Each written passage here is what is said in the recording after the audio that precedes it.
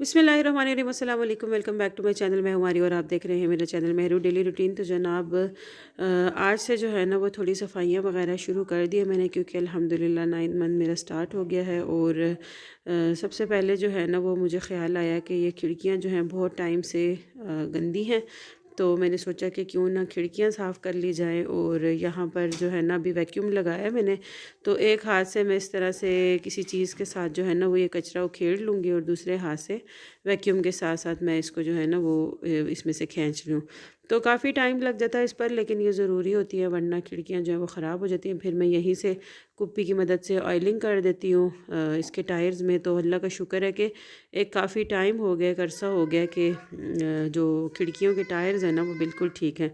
और जो ये टाइल्स वाली जगह है खिड़कियों की, तो फिर इनको जो है ना गीला कपड़ा करके उसकी मदद से मैं अच्छे से साफ़ कर लेती हूँ। तो माशाल्लाह से खिड़कियाँ जो है ना इससे बिल्कुल साफ़ सुथरी हो जाती हैं। तो इस कमरे की खिड़कियाँ मैंने साफ़ कर ली, इसी तरह सारी खिड़कियाँ आज मैंने साफ़ करनी। अच्छा जी, तो सारे कामों के बाद फ़ारिग होके जब सफाई वगैरह से मैं फ़ारिग हो गई, तो मुझे ख़्याल आ रहा था काफ़ी कि अभी तक जो है वो मैंने बेबी का बिस्तर रेडी नहीं किया हुआ, क्योंकि काफ़ी दिन हो गए। और वैसे जो है ना ये काम सारे मैं अपने सिलाई वगैरह के, बच्चे का बिस्तर, झूला, हर चीज़ मैं टाइम पे कर लेती होती थी। लेकिन इस बार जो है ना वो बस मामलात कुछ इस तरह के हो गए ख़ानदान में, फ़ोतगी वगैरह, और फिर ये सब चीज़ें तो काफ़ी डिले हो गया। तो आज मैंने सोचा कि फ़ाइनली बिस्तर की कटिंग कर लेती हूँ। आजकल रूटीन कुछ इस तरह से मेरी माशाल्लाह से सेट हुई हुई है बहुत अच्छी करके। सुबह में मैं अपनी सफाई वगैरह कर लेती हूँ, और फिर मैं खाना वगैरह बना के बर्तन वगैरह इकट्ठे करके रख देती हूँ। जब मेरी हेल्पर आती हैं वो बर्तन धो लेती हैं। और उसके बाद जो है ना बस यही बच्चों को देखना होता है। और रात में बच्चे भी फ्री होते हैं, मतलब खेल कूद रहे होते हैं अपना। तो मैं फिर थोड़ी देर जो है ना वो अंदर ही अपने बेडरूम में ही मशीन मैंने आजकल सेट की हुई है, तो मैं वहाँ पर फिर कपड़े वगैरह स्टिच कर लेती हूँ। तो आज जो है वो बेबी के सारे बिस्तर की कटिंग वगैरह कर रही हूँ मैं। और साथ ही जो है ना वो तलाई मैं कट करने लगी थी, लेकिन फिर मुझे ख़्याल आया कि नहीं, इस दफ़ा तलाई नहीं बनवा लेती, क्योंकि अब तक वही तलाई यूज़ हो रही थी नीचे बिछाने वाली, जो मेरी बेटी की मेरी अम्मी के घर से एज़ अ गिफ़्ट आई थी। तो इस बार मैंने सोचा कि क्यों ना प्योर रुई की जो है ना वो तलाई भरवा ली जाए। तो अब ये छाड़ जो है ना इसका मेरा इरादा है कि मैं इसकी तलाई बनवा लूँगी। और इसी छाड़ के साइज़ की ना एज़ इट इज़ मैंने अभी इसका कवर बनाना है तलाई का, ताकि जो तलाई बन के आएगी वो यूनिकॉर्न वाली जो बाज़ार से बन के तैयार होके रुई वगैरह डल के सिलाई होके आएगी। तो उसके ऊपर जो है ना फिर मैं ये वाला इसका कवर चढ़ा दूँगी। अच्छा, अबीर की दफ़ा ना मैंने ये ओवल शेप में बिस्तर बनाया था। और ये यानी कपड़ा वगैरह बस मैंने ख़रीदा था, बाकी इसमें पॉलिस्टर वगैरह साइडों में भरा था, सेंटर में फ़ोम लगाया था। लेकिन इस बार जो है ना वो मेरा दिल है कि कुछ बिस्तर का लुक जो है वो चेंज किया जाए। तो अभी मैं सर्च करूँगी यूट्यूब पर कि क्या किया जाए, क्योंकि ये चीज़ें मैंने सीखी हुई तो है नहीं, यूट्यूब से ही देख कर मैं यानी कर लेती हूँ ये काम। तो देखते हैं कि अभी मैं क्या डिसाइड करती हूँ। ये बिस्तर मैंने बड़ी फुर्सत से बनाया था, तो बड़ी मेहनत से भी बनाया था। और इसके साथ का जो है ये मैंने क्लाउड्स वाला तकिया बनाया था। और इसी के साथ जो है ना ये ज़राफ़ा प्रिंट लेकर आई थी मैं इसके साथ डिज़ाइनिंग करने के लिए। तो यहाँ पर जो है ना मैं अब रज़ाई का इसका कवर काटने लगी हूँ। माशाल्लाह से रज़ाई काफ़ी बड़ी है, यानी कि 6-7 साल 8 साल तक बच्चा जो है वो यूज़ कर सकता है। और बहुत अच्छी रज़ाई थी ये। जब अम्मी ने मेरी बेटी को, सबसे बड़ी बेटी को, जब ये बिस्तर बना के दिया था, तो वो बहुत ज़बरदस्त वाली रज़ाई थी। तो इस वजह से ना रज़ाई चेंज करने की माशाल्लाह मुझे ज़रूरत ही नहीं पड़ी। हमेशा उसका मैंने मतलब ख़्याल रखा है, साफ़ सुथरा रखा है। तो बस जस्ट जो है ना अभी मैं रज़ाई को धूप लगाऊंगी और उसके बाद जो है वो इसका कवर सी के उसके ऊपर चढ़ाऊंगी, तो वो बिल्कुल ज़बरदस्त न्यू हो जाएगी। इसके बाद जी काफ़ी देर दिमाग लड़ाने के बाद मैंने एक डिज़ाइन जो है वो सेलेक्ट किया। और उस पर मैंने सोच विचार की बैठ के कि आया मैं ये डिज़ाइन सी पाऊँगी या नहीं सी पाऊँगी। तो काफ़ी देर सोचने के बाद फिर मैंने एक नेस्ट का डिज़ाइन निकाला है, बिल्कुल गोल सा घोंसला। तो उसकी जो है ना अब मैं कवर की कटिंग कर रही हूँ, क्योंकि ये जो चीज़ है ना ये डायरेक्ट इसी के अंदर बनती है। इसका ये हम कवरिंग वगैरह कुछ भी नहीं कर सकते। तो उसके लिए जो है वो मुझे राउंड शेप में कपड़ा काटना है। तो यहाँ पर मैंने कपड़े के फोल्ड लेके उसको मैंने इस तरह से निशान लगाया और मैं इसका राउंड बना रही हूँ। तो देखती हूँ कि ये मुझसे बनता है या नहीं बनता। वैसे बन तो जाएगा।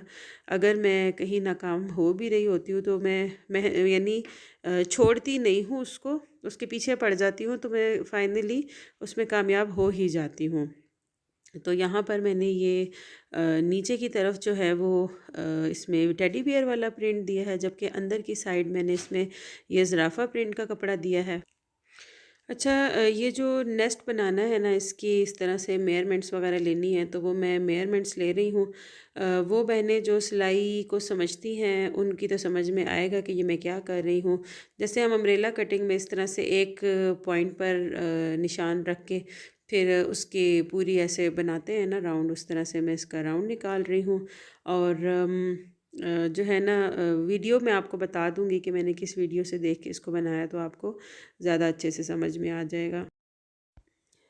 अभी कुछ चीज़ों की कटिंग बाकी थी, लेकिन अबीर के साथ जो है ना वो बहुत मुश्किल हो जाता है मेरे लिए काम सिविंग कटिंग का करना, क्योंकि अबीर बहुत तंग करती हैं। बीच में मस्तियाँ शरारतें उनकी चल रही होती हैं। अभी भी वो उस कपड़े के साथ जो बेबी के बिस्तर का है उसके साथ मुस्तकिल खेल रही थी, मुझे काम नहीं करने दे रही थी। तो फिर इस वजह से मैंने सोचा कि अभी सब कुछ छोड़ दें और जो है ना बच्चों की दूसरी फरमाइश पूरी कर देते हैं, जो कि थी मूँगफली की चिक्की की। और मज़े की बात यह है कि मूँगफलियाँ मेरे पास भुनी हुई नहीं पड़ी थी। मैंने इकट्ठी सीज़न के स्टार्ट में जब मूँगफलियाँ खेतों में से निकल रही होती हैं उस वक्त तकरीबन 8-9 किलो के बराबर मूँगफली लेकर रखी थी।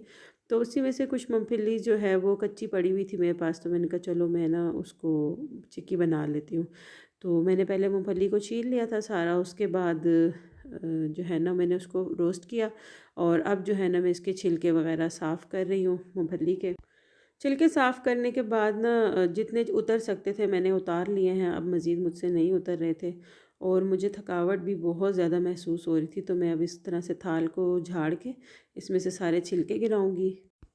मूँगफली वगैरह सफाई के बाद और रोस्टिंग के बाद जो मैंने नापी, तो वो तकरीबन 3 साढ़े 3 कप्स के बराबर जो है मूँगफली थी मेरे पास। तो मैं एक कप के साथ ना बस 100 ग्राम या 110 ग्राम्स जो है ना वो गुड़ रखती हूँ। उससे ये होता है कि बहुत ही मुनासिब सा मीठा होता है, ज़्यादा तेज़ मीठा नहीं होता। और मेरे हस्बैंड चूँकि डायबिटिक पेशेंट हैं तो वो भी ना ईज़िली ये चीज़ खा लेते हैं। तो मैंने जब यहाँ पर माशाल्लाह से गुड़ के 3 बड़े डल्ले जब मैंने तोले तो वो तकरीबन 400 ग्राम बन रहे थे। तो फिर मैंने ना थोड़ा-सा गुड़ को तोड़ के बराबर करके तकरीबन 350 ग्राम के बराबर यहाँ पे गुड़ ले लिया था। शॉपर में रख के मैंने गुड़ को ऊपर से थोड़ा-सा कुत्ते की मदद से कूट लिया था, जिससे गुड़ जो है वो बिल्कुल छोटा-छोटा हो गया था। अब यहाँ पे मैं इसमें पानी शामिल कर रही हूँ इस तरह के, पर 100 ग्राम्स के लिए 2 टेबलस्पून पानी जो है वो इनफ़ है। तो मैंने यहाँ पर चूँकि 3 साढ़े 300 ग्राम गुड़ लिया है, तो मैंने इसके अंदर 6 टेबलस्पून पानी डाल दिया है। जब गुड़ बिल्कुल पिघल गया तो यहाँ पे मैंने देसी घी ले लिया। अगर देसी घी ना हो या देसी घी ना इस्तेमाल करना चाहते हो तो डालडा भी इस्तेमाल कर सकते हैं। और 100 ग्राम के हिसाब से हाफ़ टेबल स्पून के बराबर देसी घी डालना है, तो मैं यहाँ पर तकरीबन 1.5 टेबल स्पून के बराबर देसी घी शामिल करूँगी। घी डालने के बाद फिर मैंने इसको अच्छी तरह जब पहले पकाया, तो फिर थोड़ा-सा ठंडा पानी लेके ठंडे पानी के अंदर इस तरह से थोड़ी-सी मैंने ये चिक्की डाली। अभी मैंने इसमें मूँगफलियाँ शामिल नहीं की, ताकि मैं देखूँ कि क्या गुड़ क्रिस्पी हुआ या नहीं हुआ। लेकिन अभी ये जो है ना बिल्कुल ही यानी नरम-नरम था, तो मैं इसको थोड़ा-सा और पका रही हूँ यहाँ पर। और जब ये बिल्कुल सख्त यानी क्रिस्पी हो जाएगा ना गुड़, यानी जब 2-3 दफ़ा मैं इसको चेक करूँगी इसी तरह पानी में, और जब ये बिल्कुल क्रिस्पी हो जाएगा तो फिर उस वक्त जो है ना ये रेडी होगा। अभी जो है ये यानी नरम-नरम सा है। 2-3 बार मैंने चेक किया इसी तरह से चिक्की के गुड़ को। जब बिल्कुल वो क्रिस्पी होना शुरू हो गया और बड़ा मज़ेदार सा उसमें पका हुआ टेस्ट आना शुरू हो गया, तो मैंने बेलन के ऊपर और ये जो मेरी कटिंग शीट है इसके ऊपर ना घी लगाकर इसको रेडी कर लिया है। और साथ ही फिर मैंने ना इसके अंदर मूँगफलियाँ डाल के इसको अच्छे तरीके से मिक्स किया है।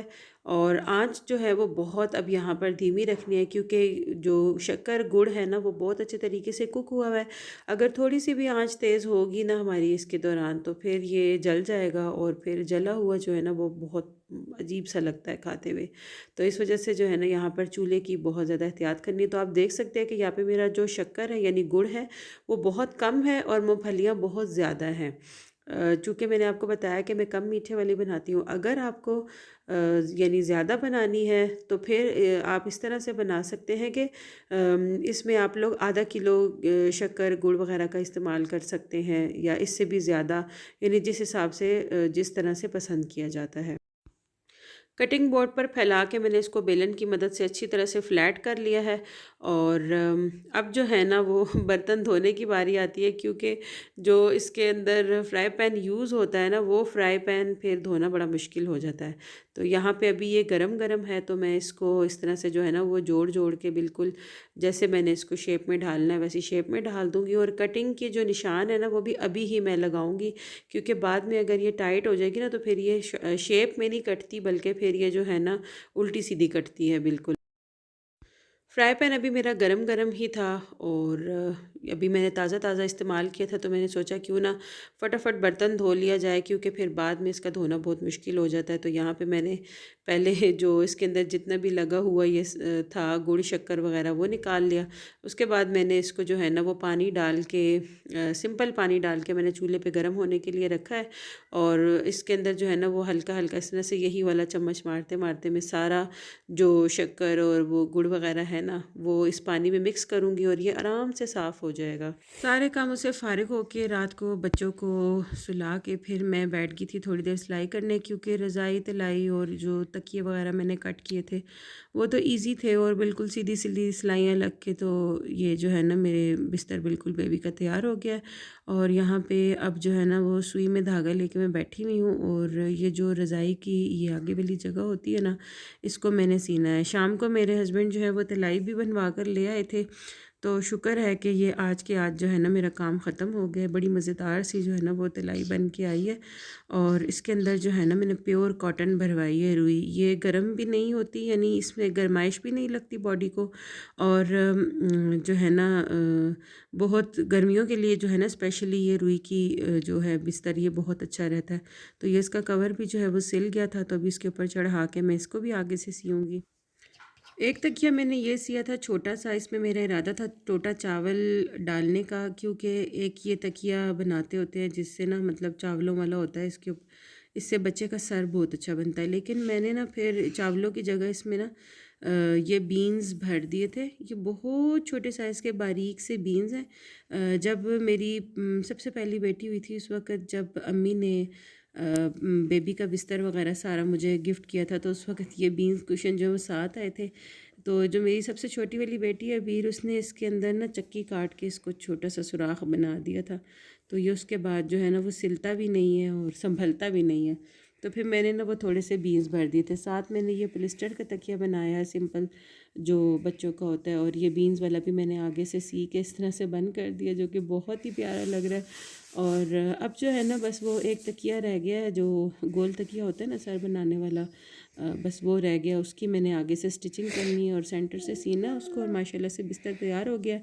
अभी रात बहुत हो गई है, कल इंशाल्लाह मेरा इरादा है कि मैं रात में बैठ के बेबी का नेस्ट रेडी करूँगी। और अभी के लिए इतना ही।